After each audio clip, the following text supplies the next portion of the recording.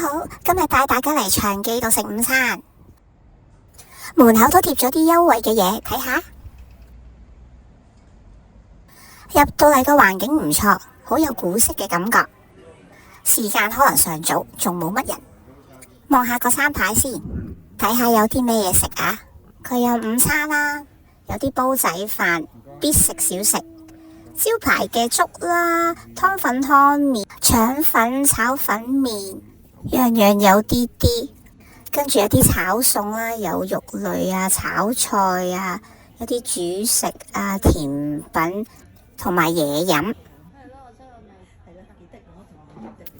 嗌咗個肉絲炒麵，嚟到個樣好靚啊，不過一食落個口就真係油淋淋咗啲咯。佢係好香好有鑊氣嘅，不過可惜如果廚師落少幾滴油就好啦。呢個蒜香海皇炒飯就真係好有驚喜，一嚟到個樣我已經好想食。佢真係炒到一粒粒，你見到係好平均嘅炒法。佢真係好香啦，有炒蛋嘅味啦，總之食落口係唔辣唔油嘅。呢個真係我會俾5粒星。個街邊腸粉嘅口感我嫌佢鞋咗啲啦，同埋少少腍，唔係我食開中意嗰隻街邊腸粉嘅質地咯。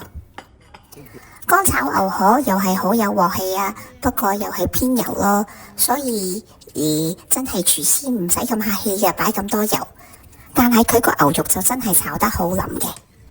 我發覺佢啲嘢都係偏油同埋偏鹹。個鍋貼個皮唔錯，不過個肉身就鞋咗啲，同埋鹹咗啲。如果嗌佢午餐，你就可以加1蚊9毫9，嗌佢杯熱奶茶或者熱檸茶。如果中意飲奶茶嘅朋友仔，我建議嗌檸茶好啲啦。希望大家中意睇我條片，下集再見。